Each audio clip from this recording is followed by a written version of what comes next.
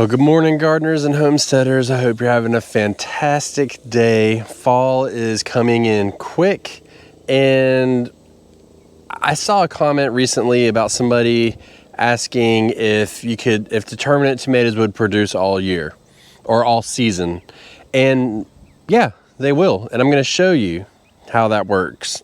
But it's not what you think. Before we do that though, I do want to give you a little update on our garden clearing situation. So these little guys, you can see, have done a great job clearing this out. What we need to do now is just, as you can see, we're going to make them the same size as this bed. So we just need to move the cage down a little bit and let them clear up this one edge. But they have done a great job tearing up the bottom, putting some good fertilizer down, and really just getting ready. And they are quite the sight. Seems kind of crazy. They've been out here maybe 3 weeks, 2 weeks, something like that. Let's just say 2 weeks. And they're little chicks, so they do slow. But what we'll do for the next bed is we'll come out and we'll put the big chickens out, and they'll clear it up in a matter of days.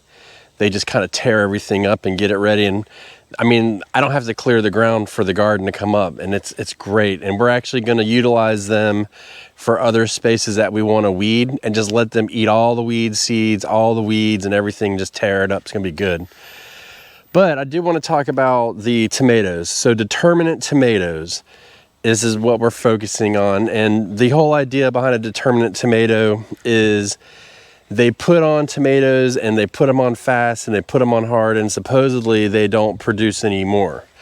And every year I have the same thing with my tomatoes.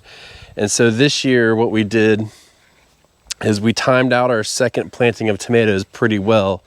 And you can see we've got nice full bushy plants. And now that the heat's finally passed, we're starting to get red tomatoes and more green tomatoes again. So they definitely kind of went to sleep during the heat, but you can see, like in the past week, we've really started to get a couple more tomatoes going, and this is just the next flush. We've got a lot more flowers. They're not dropping or anything like that, so we should be good to go. And this is my preferred method other than letting a determinate tomato sit in your garden. Now, I've let determinate tomatoes sit in my garden and watch them grow and wait for them to produce again, and it doesn't really work out the way I want. And I've left some for this exact purpose for this video. I'm ready to get it over with so I can move on to the next project in these pots.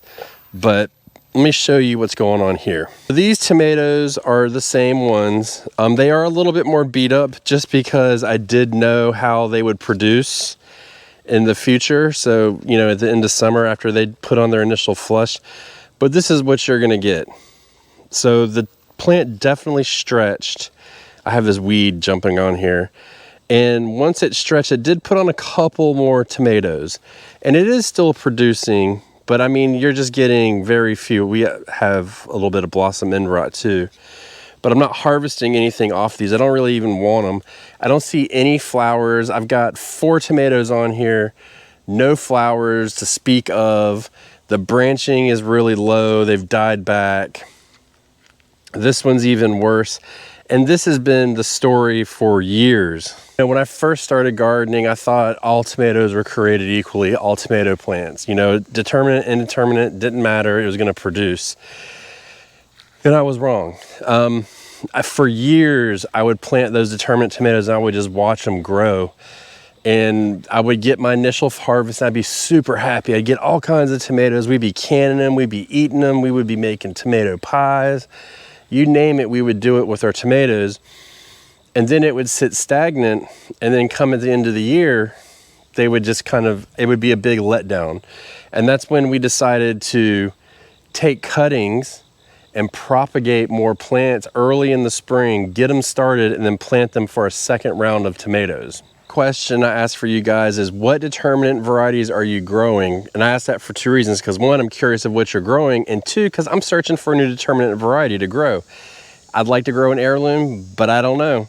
I'm open to whatever, but I'm curious, what determinate varieties of tomatoes are you guys growing? Let us know in the comments below. Now, this tomato patch isn't the prettiest. It's been through 1 tropical storm,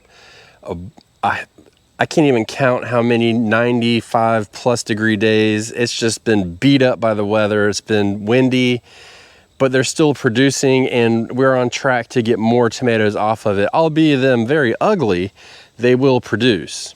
And now these tomatoes, they're all Roma tomatoes. So they're supposed to be right around 4 feet tall. And when they're producing, that's what they are. They're 4 feet tall. They always have been.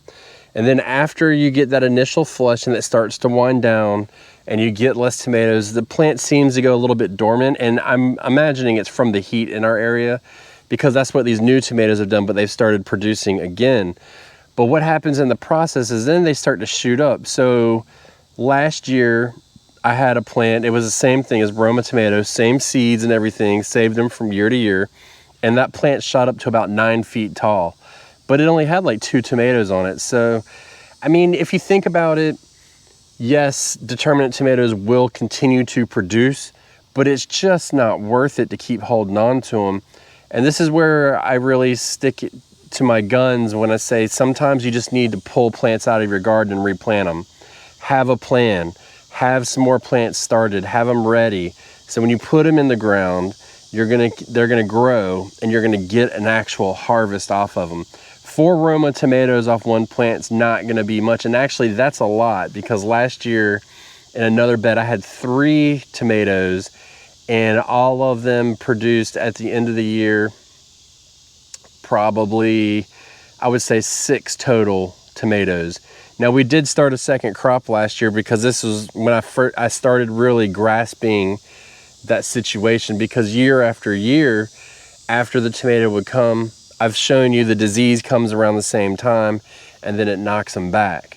And if we can keep the disease off of them, which those that we showed that were producing like 4 tomatoes, we did keep the disease off of them, but they just can't keep up. They're done.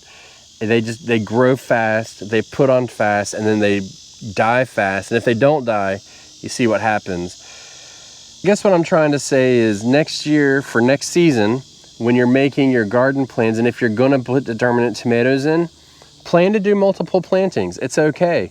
When one starts to put on green tomatoes, start the next one. Take cuttings, be proactive about it. I mean, you take a cutting, you stick it in some soil. If it takes, great. It should take, but if it doesn't take, I mean, what have you lost? Some soil. You just dump the soil back in your garden and you're good. You haven't lost anything. But that way you can perpetually, throughout the season that is, continuously have tomatoes growing in your garden, which is what most people want.